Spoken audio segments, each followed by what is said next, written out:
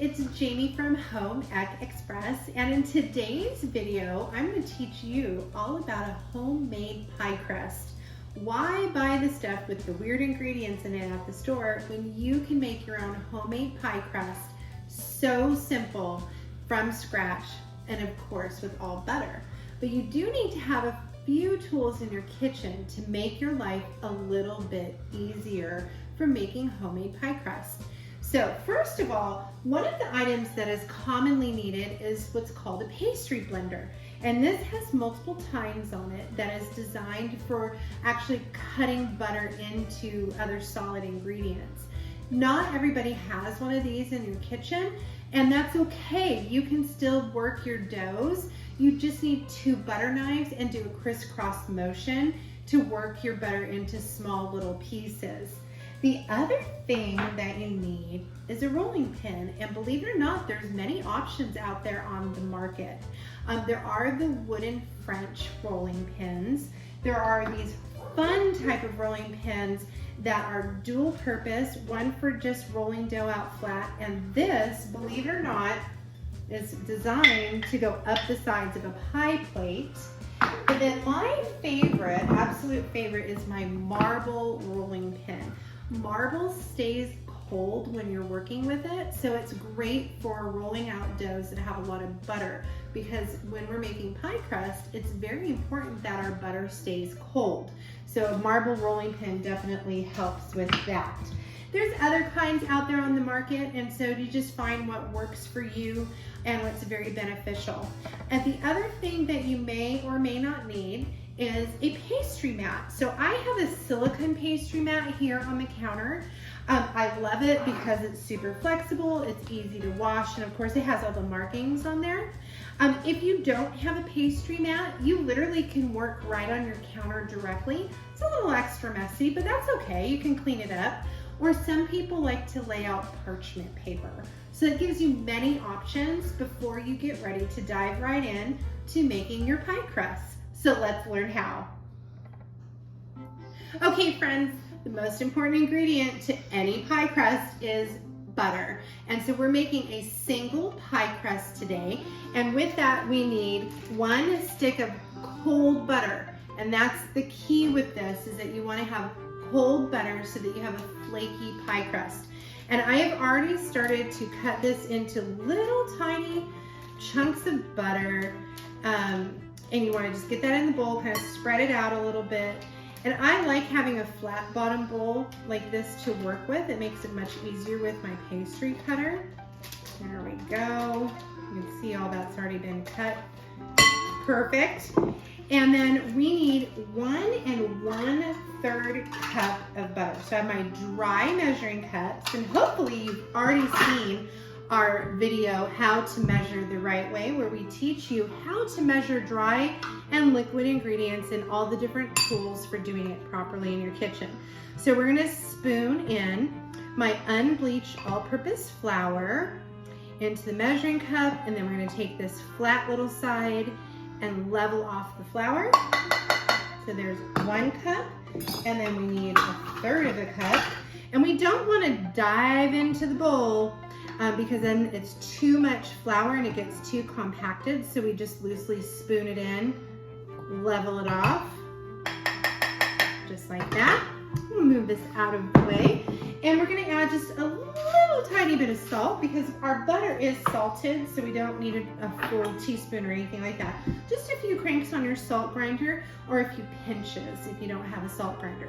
So now we're gonna take our pastry blender, and the most important thing is that it's a push and turn type of motion that you're going to be doing in your bowl. And it's breaking this butter into little tiny pieces, like crumb topping almost. And we want to just work it into the dough without using our fingers, because if we use our fingers too much in the pie crust making, the heat from our hands can actually soften the temperature, or lower the temperature of the butter, or excuse me, rather warm it up. And so we want to make sure we keep it as cold as possible, and that way we have a nice flaky crust. I'm gonna get some of that butter from out in between the tines, and just finish this up like that. And it's a push and turn is the motion that you want to use. Okay, and now, there we go, looking good, looking good. And you know what, you guys? You can't go wrong with butter. Now, I know some people like to use vegetable shortening for their pie crust, but sorry friends, just can't do that. And so now we've broken our butter into these little crummy pieces in there, but it's not crummy because it's butter, because it's good. So we are now going to add cold water. You want it very cold. I actually still have some ice cubes floating in here. Again, that has to do with the flakiness of your pie crust. I'm gonna add a couple tablespoons in here.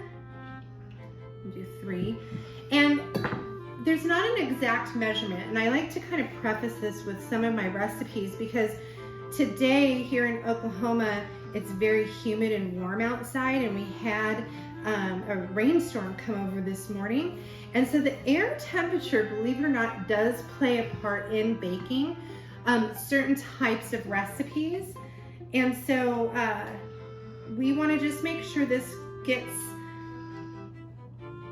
where the dough comes together, but it's not an overwhelming sticky mess, and that makes sense. And so we're just gonna work our dough together. It's starting to stick to itself, which is a great sign. And then we're just gonna spoon some more cold water in here. Very easy to do, you guys. So really it's 4 ingredients with the salt. And sometimes I've had people add a little bit of sugar or a little bit of spice to their pie crust, depending on what the crust will be used for. You can even add a little cinnamon sugar if you wanted, if that's going to play into what you fill it with. So you have lots and lots of choices on adapting this very basic recipe. And believe it or not, I actually got this recipe in my 8th grade cooking class, back in the day when we actually still taught home ec in schools. And so that's one of the great things about Home Ec Express is my goal is to create our website and our services to be a resource center for all things home ec, or family and consumer sciences, now more the modern name. And because it's not being taught in the schools, and a lot of families it's not passed down, a lot of the skills besides cooking, sewing, budgeting, you know, how to do things around the house. And so we want to make sure that we are bridging that gap where it needs to be. Okay, so you'll see in our bowl, the dough has started to come together beautifully here. And now is the only time you're going to see me really use my fingers with this, is just to make this into a little disc, just like this.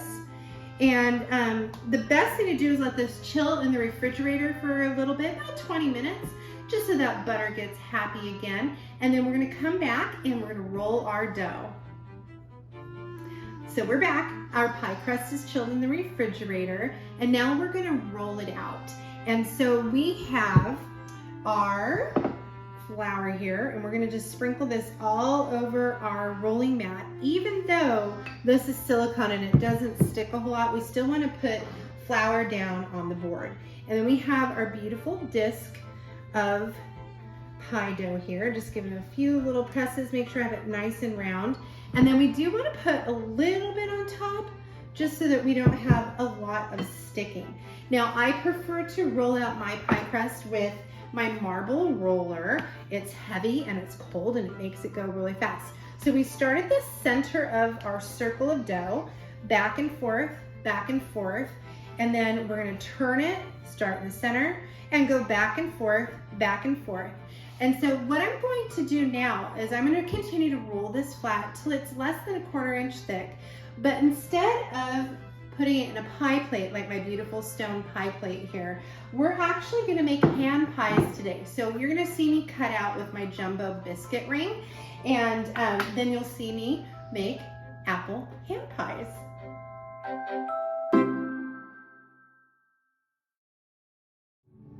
Okay, my friends, so we have our pie dough cut out, and it's ready to be filled, because instead of making a big pie, we're making hand pies today. And so I have my discs already cut out with that biscuit cutter. And today I'm going to be using the large stoneware bar pan. It's already seasoned, so I don't have to put any parchment paper or grease the pan, which makes it really easy to use. So I'm just gonna lay my little circles here on the stone, and I already have my apple pie filling ready to go. It's cooked apples with seasoning, sugar, cornstarch slurry, and lemon juice. And we're gonna put that right in the middle. Makes it easy when you have a little scooper, just like that.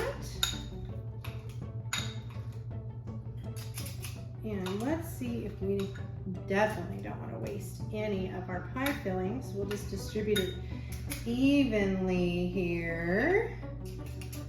There we go, a little crazy, but that's all right, because we like our apple pie filling. Okay, so from here, what we're gonna do is we're gonna fold these in half, and very gently, we're gonna stretch over the pie filling.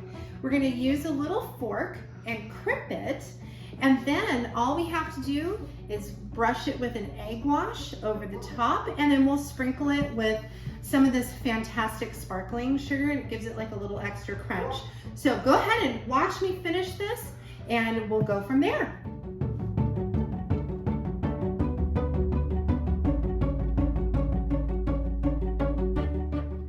Okay, so we have filled and finished our apple hand pies here, and they're gonna go in the oven for 425 degrees for about 20-25 minutes. We just wanna make sure that they get beautiful and golden brown. And come back in just a moment and we'll get to see what the results look like. Okay, my friends, oh my gosh, look at these. They're piping hot out of the oven. My house, oh, I wish you guys had smell-o-vision because it smells so good in here right now. The apple hand pies need to cool on the pan for about 5 minutes, just so that everything kind of relaxes and cools off a little bit before we remove it to the cooling rack, so that they can finish cooling, if we can make them last that long, because there's nothing better than warm apple pie. So that's it, super easy. Hand pies are a fun thing to do if you have just a little bit of leftover fruit and you don't want to waste it.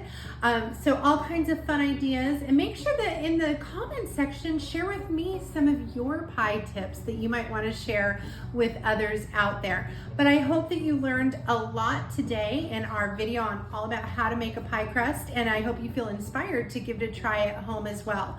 Make sure you subscribe at HOMEMADEPieCrust.com and follow us on Instagram, Pinterest, and Facebook. Bye, till next time.